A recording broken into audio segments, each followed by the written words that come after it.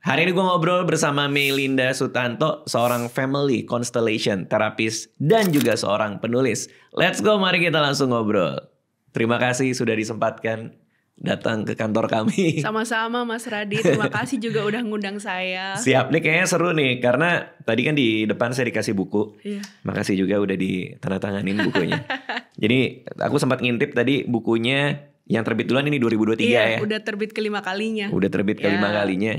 Terus kemarin saya baru beli ini gara-gara di Kompas kan, Kompas Gramedia ya. Iya. Habis beli buku Lupus. Baca gak dulu Lupus? Pernah Iya iya kan? dulu bacaan SD tuh. Enak banget tuh, fontnya gede Oh soalnya. iya. Ha-ha. Terus Ke situ. ini kecil banget. Oh iya. Ini Faktor buat mata saya ya. Harus ada kacamata baca nih kayaknya.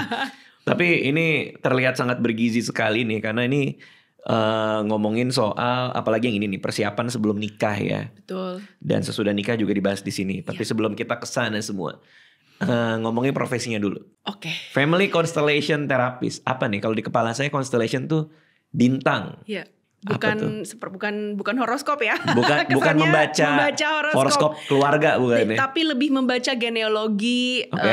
keluarga kita gitu. Jadi family constellation therapy itu adalah metode pemulihan berasal dari Jerman yang berbasis psikoterapi yang ditemukan oleh seorang psikoterapis namanya Bert Hellinger gitu. Oke. Nah, dia tujuannya, fungsinya metode ini adalah untuk memulihkan trauma warisan bergenerasi yang entah kita tahu atau nggak tahu dari leluhur-leluhur kita.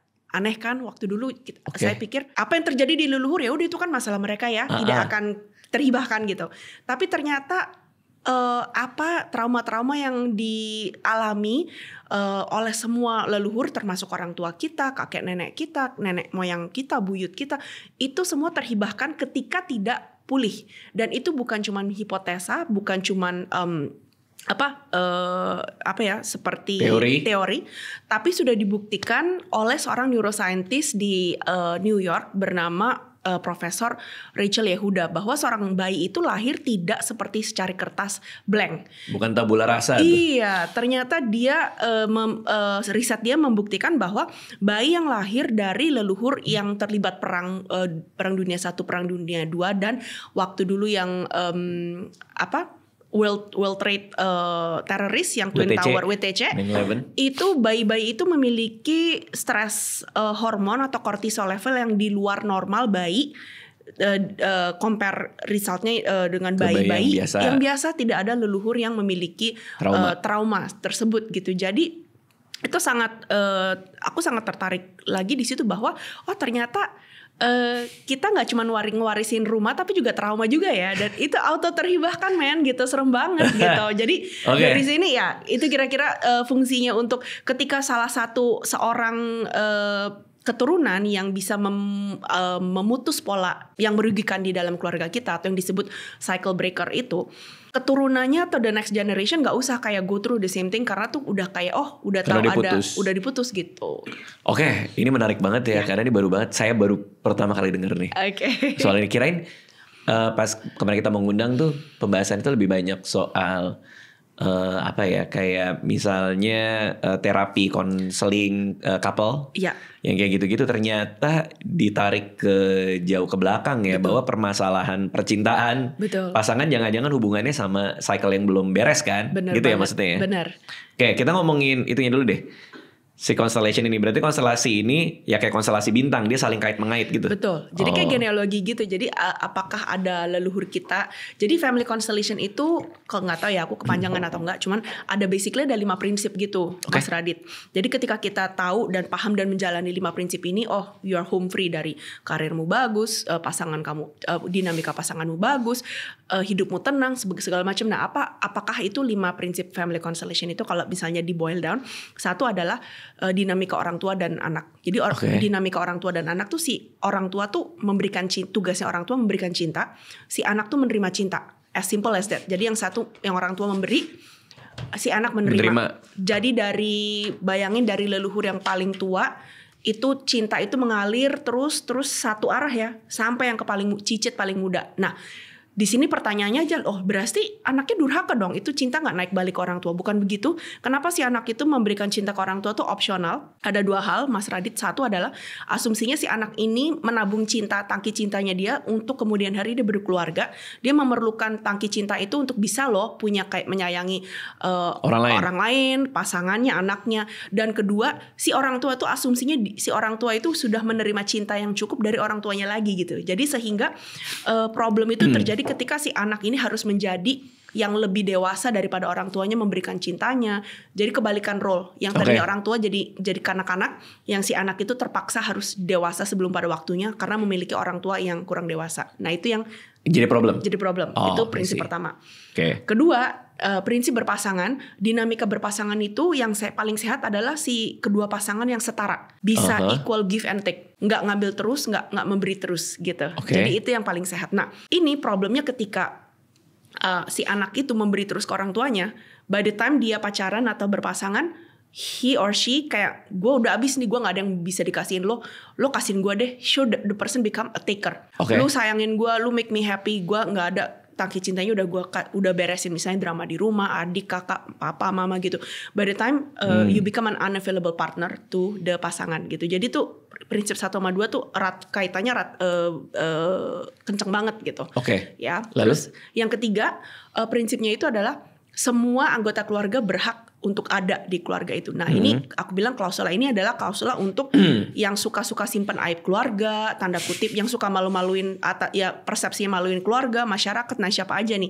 Ya, you name it ya, banyak banget kayak lo lahir di luar nikah, lo misalnya aib keluarga, aib keluarga gitu, lo narkoba, lo pernah dipenjarakan, lo pernah ya pokoknya kayak berbuat sesuatu yang kira-kira breaking the law gitu ya. Nah, kuncinya adalah di situ kita nggak boleh ngucilin orang tersebut gitu. Nah, tapi juga nggak bisa mengecualikan perbuatan mereka juga, tapi harus merangkul mereka ke dalam keluarga. Kan biasa tuh kalau ada member-member anggota yang aib-aib gitu, bermasalah dianggap hilang atau udah don't talk about the person di keluarga, bikin malu, nggak enak apa. Nah, sehingga sosok ini terlupakan, Mas Radit. Nah, itu bahaya banget karena di family constellation bilang ketika ada satu orang dikucilkan, entah dengan sengaja atau tidak sengaja, itu polanya akan terulang lagi pasti di generasi berikut, entah anak lo, entah misalnya ponakan lo, entah misalnya cucu lo, untuk ngambil role yang kayak memalukan nama keluarga lagi.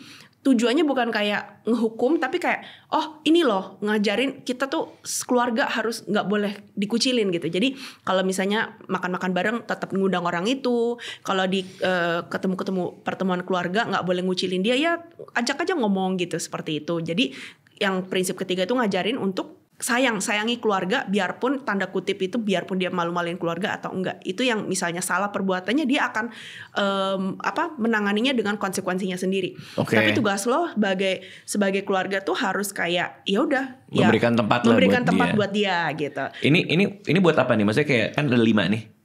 Jadi ini 5 prinsip apa? Family constellation. Jadi kayak konsep family constellation itu 5 ini ketika kita jalanin semua, itu hidup kita udah kayak nggak ada yang kebelit, nggak penting kayak terus nanti nggak, polanya kan nggak ngulang lagi gitu. Karena yang prinsip ketiga tadi kita udah melihat orang anggota keluarga tuh dan menghormati, memberi tempatnya, biarpun lu misalnya selingkuhannya bokap gue lah, lu selingkuhannya kakek gue lah, lu kayak anak dari saudara sambung siapa. Nah, itu kita nggak boleh kayak ngucilin dan pandang sebelah mata, harus memberikan tempat mereka kepada you bilang di keluarga ini loh kamu tuh ya. Jadi supaya untuk memutus pola rantainya tuh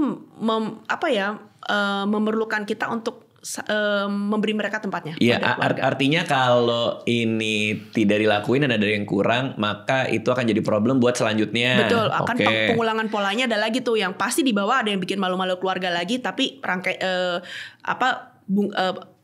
kembangannya beda gitu, tapi tetap aja gitu. Yang 4 dan 5. Nah, yang keempat itu, prinsip keempat adalah masing-masing anggota keluarga menjalani takdir hidupnya masing-masing. Artinya banyak banget keluarga di sini tuh yang nggak jalani hidupnya as simple as lo mau kuliah jurusan sastra. Orang tua lu bilang nggak bisa, sastra lu makan sendal, lu jadi makan dokter atau artis gitu ya, udah makan sendal nggak usah deh gitu. Apa itu makan sendal? Makan sendal tuh kayaknya lu nggak bisa hidupin lu sastra itu. Iya, itu ada istilah itu kayak lu mau makan sendal. Gak tau ya, gue pernah denger gitu kayak lu makan sendal gitu. Kalau bisa jadi artis ya, terus jadi kayak sastrawan ya pokoknya. Sastrawan makan sendal. Iya, pokoknya bukan yang kayak harus jadi banker, harus jadi IT. Sekarang tuh yang lagi tren konsultan ya, you know, zaman kita kan ada yang lagi hot-hotnya tuh sekarang IT gitu kan.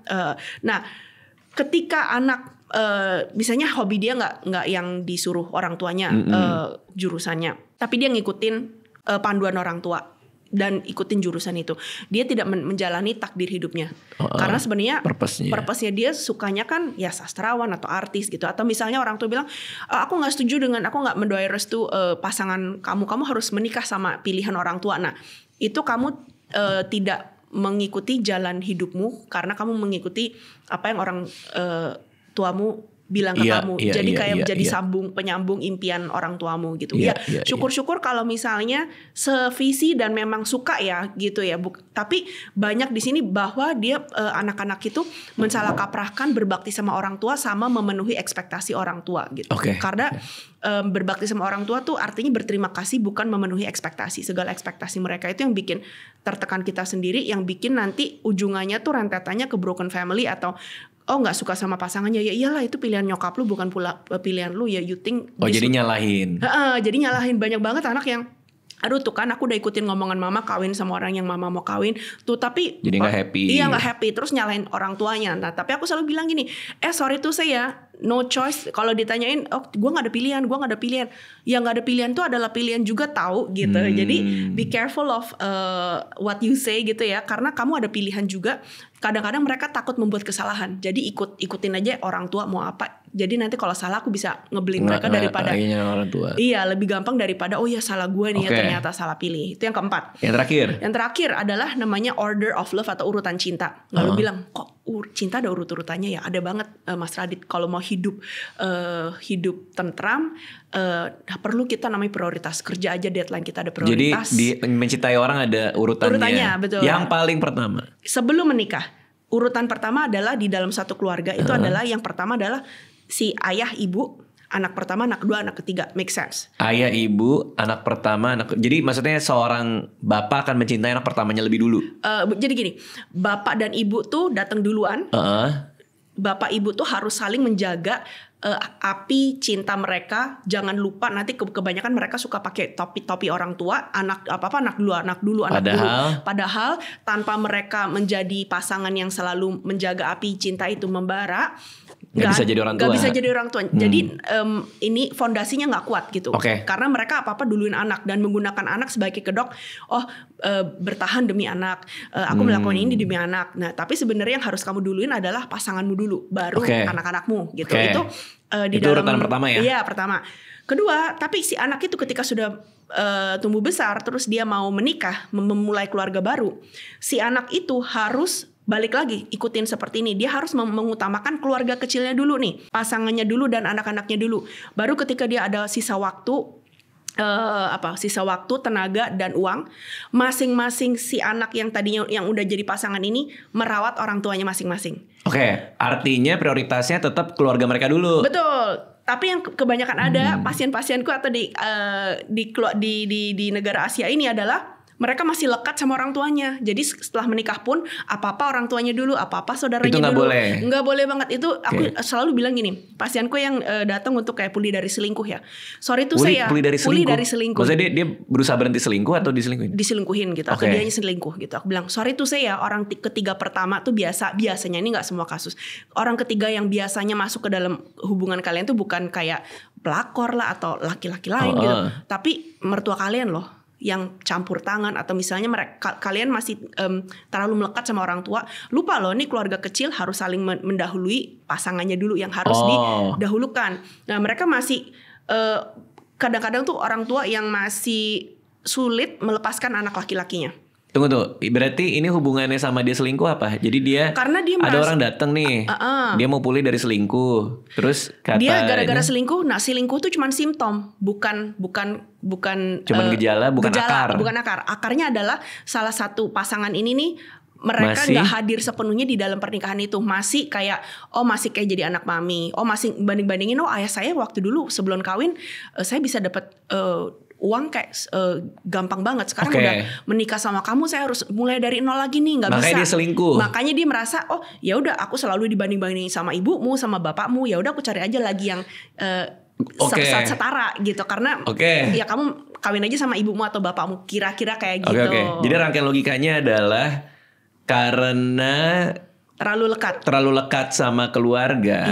Keluarganya inti. Dia, bapak dan ibunya dia. Iya, keluarga inti. Bukan keluarga dia yang sekarang. Betul. Maka itu yang menyebabkan dia bisa selingkuh. Betul, karena merasa dia tidak dibela kok, misalnya di depan mertua, dia tidak didahulukan, ada uang, ada waktu, pasti dikasih keluarga situnya dulu. Pasangan dan anak dikasih sisanya. Ya, pasti siapa yang mau seperti itu kan? Tidak menjadi prioritas si pasangan itu. Jadi itu yang membuat dinamika couple. Terus kalau gimana cerita yang udah datang waktu itu ke Melinda, Bu? Orang datang, dia bilang dia selingkuh, lalu ditelusuri itu. Kamu nih mungkin karena mama kamu masih waktu itu gimana ya? Contoh konkret yang kelar gitu. Ada satu yang misalnya cerai gitu ya. Lucu, ini paradoks banget menurut aku. Tapi aku menurut setelah itu, ini yang family constellation maksudkan. Jadi gini, seorang anak ketika terlalu nurut orang tuanya, tapi nurut buta ya. Aku nggak bilang kayak kamu harus membantah semua orang tuanya, enggak gitu. Pilih-pilih yang kira-kira sevisi tuh ya kamu ikutin. Karena aku selalu bilang gini, orang tuamu tuh nggak ada orang tua yang nggak sayang sama anak. Orang tua pasti yang mau yang terbaik untuk anak-anaknya. Tapi versi terbaik orang tua sama versi terbaik lu tuh beda. Kadang-kadang bumi dan langit. Betul. Gitu. Jadi don't hate them, ya, disagree with them, lu nggak setuju boleh. Tapi lu harus lihat cinta di belakang, kayak misalnya bonyok lu controlling, your parents kayak nggak setuju, disagree ini gitu. Jadi lihat cinta di belakang itu, tapi feel free to disagree. Tapi jangan cut them gitu. Tetap jaga hubungan dan lihat bahwa mereka bisanya nggak setuju atau menentang apa yang terjadi, pilihan kamu, bisa aja mereka memproyeksikan trauma dan luka mereka yang belum selesai sama orang tuanya. Lu jadi cuman kayak pengingat bahwa this happen waktu dulu zaman kakek sama kita seperti itu gitu. Jadi ini yang cerai ini gimana tuh? Yang cerai itu ceritanya jadi gini, lucu di mana dibilang saya tuh nggak tahu loh. Saya udah ikutin ini calon mempelai yang papa pilih. Saya udah ikutin. Ya, jadi dia udah pastikan si papa ini milih dia dari keluarga baik-baik, dari keluarga yang sayang orang tua, segala macam. Bentar, maaf dipotong ya. Jadi dia datang objektifnya apa? Kan udah cerai nih.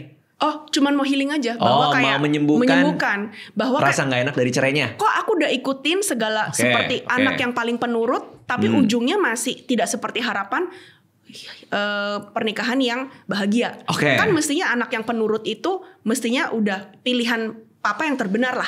Kok masih jadi begini? Jadi Melinda gitu. Tolong sembuhin gue. Iya, bukan gue yang nyembuhin, cuman dia nyembuhin. Aku cuman biasanya seorang terapis itu bantu. Jadi fasilitator bahwa kira-kira ini loh yang masalah problemnya. Kamu resonate gak? Nah, penyembuhan itu terjadi setelah dia step out, selesai terapi gitu. Apa kamu setuju dengan apa yang diagnosa aku?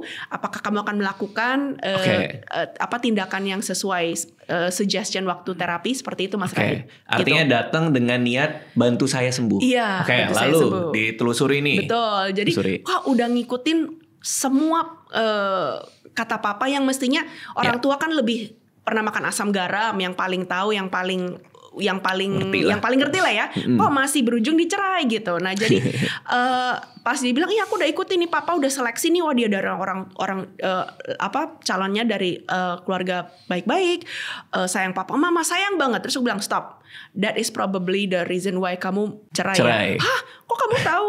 Iya, saya terlalu sayang papa, mamanya nggak sayang kamu mah jadi nomor 2 gitu. Iya, karena yang tadi itu urutan cinta, seorang anak harus tahu bahwa kamu harus tetap mencintai orang tua, tapi ketika kamu menikah itu tuh prioritas utama tuh keluarga kecil kamu dulu yang saling memprioritaskan. Orang tuamu tuh dan orang tua pasanganmu tuh second class ya. Jadi setelah sudah selesai memenuhi semua nafkah segala macam, baru take care orang tua masing-masing. Nah, banyak di sini orang tua misalnya ibu atau bapak yang terluka yang zaman dulunya juga digituin sama mertua, rasanya kayak harus balas dendam atau nih sekarang waktunya saya balas dendam ke menantu nih, karena waktu dulu mertua saya juga jahat banget, nggak nerima saya seperti itu. Jadi itu yang jadi pola pengulangan bahwa oke, mau sampai kapan gitu, harus ada someone yang stop seperti itu Mas Radit. Gitu. Jadi kira-kira ketika kita menuruti siapa aja lah ya, atasan, orang tua secara buta, itu kamu harus ya bertanggung jawab bahwa orang tua kita juga manusia loh, yang kadang-kadang 50-50. Mereka belum tentu tahu yang terbaik buat kita.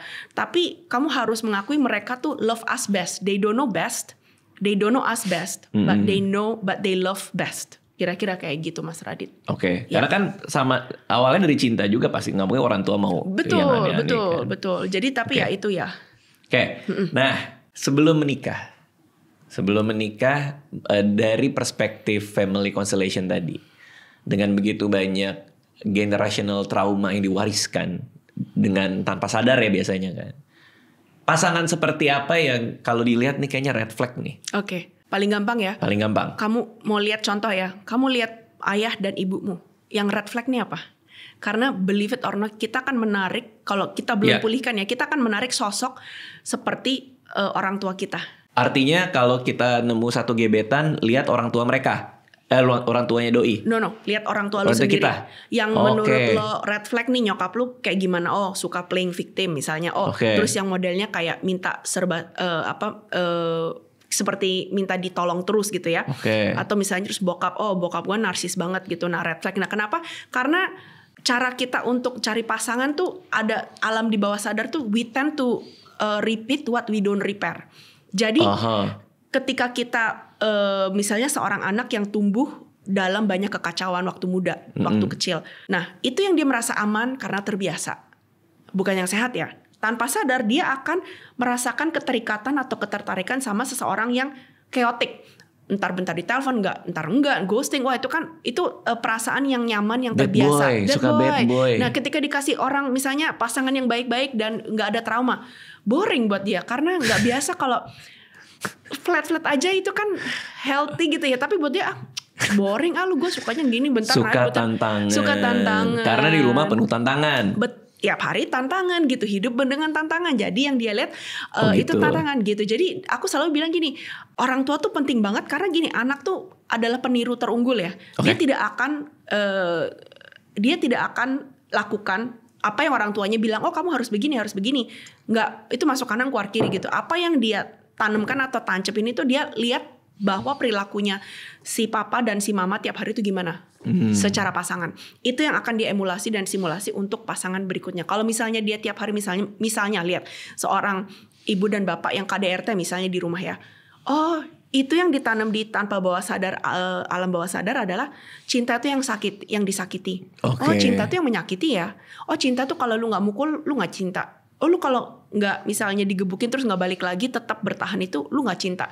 Jadi itu yang ditanam bahwa love is hurt.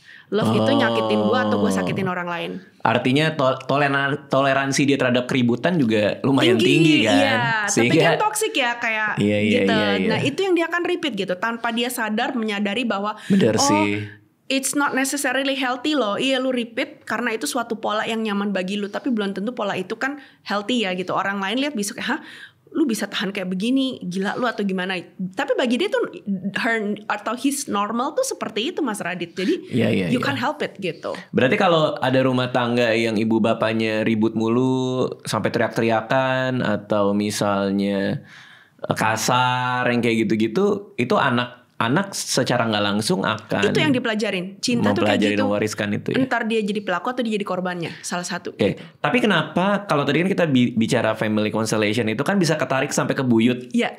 Gimana caranya? Kalau orang tua kan masuk akal ya, karena orang tua itu ada di dalam rumah. Betul. Kita melihat perilaku mereka. Betul. Tapi buyut yang udah lama meninggal kok bisa traumanya buyut ada di kita? Nah, itu dari mana? Itu seperti badan kita tuh ada recordernya gitu, Mas Radit. Jadi kayak epigenetik atau DNA. Nah kan bisa juga ya. Kok kita misalnya papa nggak ada kondisi penyakit, misalnya nggak jantung nggak apa.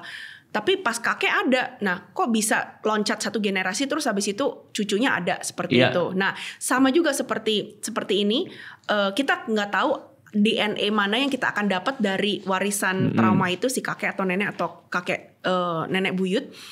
Bisa aja misalnya dalam satu saudara gitu ya, si sulung dapat misalnya dia yang nanti akan memutuskan pola untuk yang berhubungan atau berpasangan yang secara sehat. Nanti yang nomor 2 dia akan yang memutuskan pola rantai, misalnya dulu kakek buyutnya mengalami kemiskinan gitu. Dia yang akan memutuskan pola kemiskinan itu. Dia sendiri akan menjadi kaya atau misalnya bisa break the pattern gitu. Jadi you will never know kamu nih dapetin gennya siapa gitu. Jadi aku selalu bilang aib keluarga jangan disimpan, jangan disembuhkan karena tambah disembunyikan itu membuat the next generation itu memulihkan suatu kondisi itu sulit ya, karena dia tidak tahu apa yang terjadi sejarah. Siapa yang misalnya meninggal dadakan atau secara tidak meninggal dini seperti itu. Oke. Iya kan, ada satu pasien aku yang datang dia insomnia, Mas Radit. Nah aku bilang papaku nggak insomnia, mamaku nggak insomnia, tapi tiba-tiba aku insom dan panic attack gitu. Ini kenapa gitu? Nah setelah ditelusuri dari mana, ditanyain juga, oke emang dulu kakekmu tuh apa kerja? Oh iya kakek saya tuh dulu pernah waktu zaman PKI itu diculik katanya, nggak tahu di mana meninggal atau enggaknya, cuma bisa berancar-ancar, dan waktu itu kan tabu banget ya topiknya. Jadi seluruh keluarga tuh tanpa sadar membenci kakeknya yang nggak tahu apakah beneran terlibat atau enggak dengan PKI, karena kan jadi seperti warga lepar ya, aib jadi satu tetangga pada nggak mau ada hubungannya deket-deket sama keluarga itu. Nah jadi tanpa sadar dengan tidak mau mengingat si kakek itu bahwa dia diculik seluruh keluarganya itu kan tadi kan prinsip ketiga dikucilkan. Kamu nggak boleh ngucilin keluarga yang kejadiannya misalnya takdirnya berat atau begitu. Nah cucunya yang take over bahwa rasa anxiety-nya gimana, deg-degan tiap kali kalau misalnya dengar tembakan atau apa yang kencang gitu, dia tiba-tiba loncat. Nah Mas bisa kayak gitu ya? Bisa kayak gitu kan. Bisa lompat gitu ya? Bisa lompat gini, padahal kamu pernah gak sih kayak dulu dibully apa atau orang tuamu keras? Enggak, orang tuaku tuh baik banget. Kan lucu, ini dari mana? Kalau gak dari hibahan yang trauma yang belum terselesaikan punya kakeknya. Nah aku cuma bisa berhipotesa waktu itu. Terus aku bilang oke, mari kita konstelasikan. Karena family constellation itu adalah role play based therapy ya gitu. Jadi magicnya bisa one on one atau group therapy gitu. Dan ketika di group therapy itu ajaibnya ketika kita satu ruangan begini ya, nggak pernah saling kenal. Terus ketika misalnya Mas Radit, oke saya mau tolong dong dikonstelasin seperti orang tadi. Kenapa nih gue insom gitu ya, panic attack. Nah terus si pasien ini bisa pilih teman-teman yang satu ruangan itu yang dia nggak pernah kenal sebelumnya. Oke, tolong dong Mbak jadikan representasi dong jadi saya sendiri gitu. Mas tolong dong konstelasiin jadi panic attack saya gitu. Berpura-pura panic attack. Jadi memainkan peran panic attack saya dong gitu. Oke. Terus nanti aku sebagai fasilitatornya tuh di sini ajaibnya terjadi bahwa Mbak ini yang sebelum pernah ketemu si pasien ini bisa tiba-tiba tuh ngomong dan berlagak seperti si pasien ini. Yang panic attack itu yang belum pernah tahu menau, dia bisa kayak ngomongin, saya rasanya begini dan dari situ simulasi itu yang kita role playing ini bisa menemukan solusinya bahwa ini kamu dari problemnya dari mana, solusinya seperti apa. Bisa aja bapak atau kakeknya itu direpresentasikan di dalam peran role play itu dan diketemukan solusinya apa dan akar masalah yang tadi kita pikir ini pasti ini nih, ternyata bukan, is something else misalnya seperti itu. Jadi dan waktu di simulasi itu kita akan utarakan healing words, apa yang berarti kamu menjalani takdir yang bukan punya kamu. Ini takdir panic attack, insomnia, ini semua ketakutan milik kakekmu yang belum curahkan, belum terekspresi. Nah, kamu mau curahkan silakan, mau nangisin, mau gemeter, udah cukup.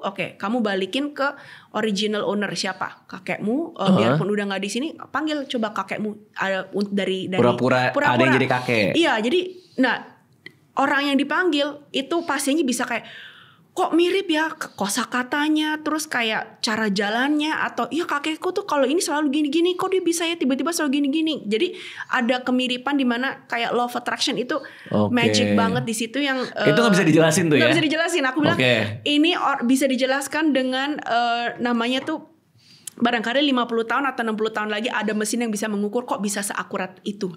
Nah, tidak suatu kebetulan pemeran-pemeran ini panggil, nggak main kayak nunjuk do re mi fa sol gitu, enggak, tapi kayak ada sesuatu yang memandu kita ke keterikatan bahwa kesamaan dipanggil. Jadi barangkali orang yang dipanggil jadi panic attack, ternyata juga ada panic attack gitu. Oh dia juga nggak bisa tidur, tapi kan nggak tahu ya. Tapi ada kayak keterikatan yang invisible, yang tidak nyata untuk kayak aku tertarik, nggak tahu kenapa mau manggil dia deh, jadi kayak insom gitu. Aku tertarik manggil mbak ini jadi diriku gitu. Nah persis bahwa ternyata si mbak itu sama si pasien ini nanti pasti ada persamaan yang kita nggak tahu. Nanti setelah role playing itu baru tahu, ih kok bisa ya, yang dia ngomong tuh aku resonate banget, apa relate banget gitu. Jadi aku suka banget metode family constellation ini karena kita nge-bypass di conscious mind langsung ke subconscious. Jadi pemulihannya lebih efektif, terapi time-nya lebih pendek, nggak usah kayak, karena biasanya kalau terapis kan harus membangun, kamu percaya nggak sih sama aku, terus ada jaimnya, harus nggak cukup hanya cuma 3-4 sesi terapi gitu. Kalau family constellation tuh udah cut the bullshit, oke, what's your problem gitu. Tapi ya seperti itu, jadi lebih cepat, lebih efektif, lebih to the point gitu Mas Radit. Kadang menyembuhkan trauma ini emang harus diaddress problemnya kali ya. Betul. Dan kayaknya metode ini memperlihatkan bahwa lo harus hadapin. Dengan cara role play, dengan cara untuk ngomongin, gue maafin lo, gue kasih lo tempat lagi di keluarga. Jadi traumanya itu dihadapi gitu. Betul, dihadapi. Jadi kayaknya sih lebih ke, menurut saya ya, kayak menariknya terapinya adalah orang tuh udah nggak bisa ngumpet lagi di balik luka yang dia punya dan tidak dia bahas gitu. Kayaknya itu langkah pertama buat sembuh dari trauma kan sebenarnya. Menghadapi ya. Untuk kita tahu kita punya masalah kan. Iya. Nah ini red flag yang tadi, red flag sebelum nikah. Pertama lihat orang tua kita dulu. Karena kalau masih belum beres, ngapain kita nyari pasangan, orang kitanya belum beres gitu. Betul. Kira-kira ya. Karena fungsi pasangan ya yang ada satu yang nggak dibilangin, aku kaget kayak oh ya bener juga ya. Fungsi pasangan tuh nggak hanya cuma cium-ciuman, peluk-pelukan, seneng-senengan, tapi fungsi pasangan adalah memicu ulang, trigger ulang trauma-trauma kita yang belum terselesaikan sama orang tua kita. Itu fungsinya. Pasti kamu akan menarik seseorang yang nanti pasti ada kamu tuh kayak nyokap gue banget nyebelin, kamu tuh kayak bokap gue banget nyebelin. Nah itu akan terpicu ulang lagi karena kenapa? Memberi kesempatan untuk di pasangan kamu dan pasanganmu, apakah you can do better than your own parents. Kamu bisa gak mutusin apa yang orang tua kamu gak bisa putusin. Entah karena keterbatasan knowledge, entah keterbatasan zaman dulu kan aib banget, nggak boleh gini, nggak boleh gitu. Oh perempuan harus ya udah diterima aja, seperti itu ya gitu. Jadi red flagnya adalah kamu lihat di orang tua kamu, apa yang red flag menurut kamu nanti itu akan terulang, tanpa sadar akan terulang gitu. Makanya harus diberesin. Terus kamu satu lagi beresin dulu ketika kamu konflik sama mama, konflik sama papa, itu diselesain dulu sebelum nikah. Karena kenapa? Nanti kamu akan memproyeksikan kasih sayang yang kamu tadinya tidak dapatkan atau yang kamu wish, oh orang tua gue kok nggak bisa giniin gue nggak kayak orang tua teman gue. Kamu akan mengharapkan itu dari pasanganmu, which is nggak sehat, nggak fair, karena there is no way pasanganmu bisa menggantikan orang tuamu gitu. Kira-kira gitu sih. Itu tadi ya, harus beresin dulu masalah sendiri. Nah soal restu orang tua, perlu nggak ada restu? Nah ini ya yang big problem ya gitu. Kalau dilihat dari sisi netral tuh paling gampang loh Mas kalau ngerestui. Iya saya ngerestui, that's it. Ya, tapi banyak yang orang tua yang belum sembuh traumanya dengan pasangannya sendiri, ketika melihat anaknya mengulangi apa yang mereka ulangi, saya tidak ngerestui. Nah padahal tuh sangat toksik banget Mas. Jadi nggak boleh dong. Gimana pun juga, biarpun dia lihat, aduh anakku nih mestinya lebih cocok sama pasangan yang lain ya.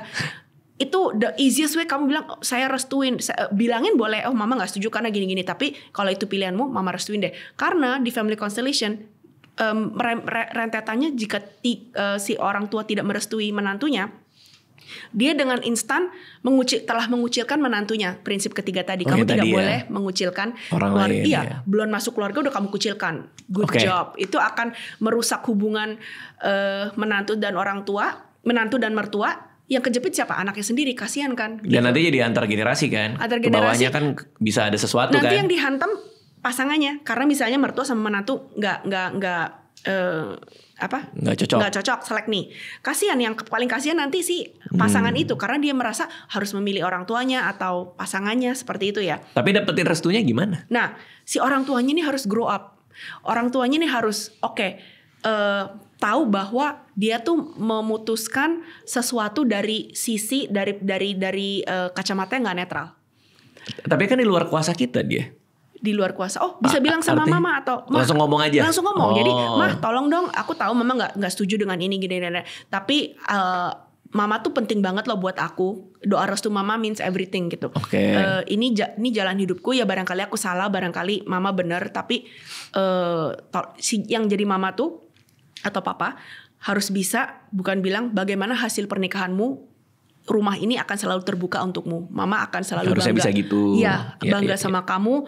Salah pilih atau enggak, yang penting aku mau lihat kamu bahagia dan menjaga hubungan si orang tua dan anak ini. Seperti itu. Banyak banget penahanan doa restu yang berakibat ke menantu susah hamil, menantu keguguran. Kenapa? Oh, itu jadi ke situ. Jadi ke situ. Aneh kan? Kenapa? Karena si anak itu merasa, mama saya dikucilkan sama mertua. Ya udah deh, Mam, jangan dikucilin sendiri, yuk.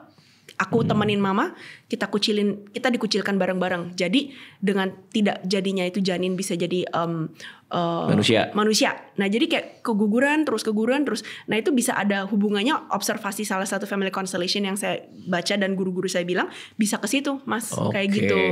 Jadi serem juga ya. Malah jadi susah punya anak ya. Betul. Gara-gara gak direstuin. As simple as doa restu, aku bilang aduh gila, ini bener-bener yang harusnya dewasa, please deh dewasa gitu, yang orang tua. Nah, malah kebalikan di sini orang yang kayak kamu kan yang lebih muda, kamu yang ngalah dong. Kamu kan yang lebih muda, kamu. Aku lebih ngerti. Iya gitu ya. Betul. Susah juga sih, tapi kalau dibalik, apalagi sekarang udah jadi orang tua ya. Kalau ngeliat anak tuh gimana ya? Kayak pengen ngomong gitu juga sih.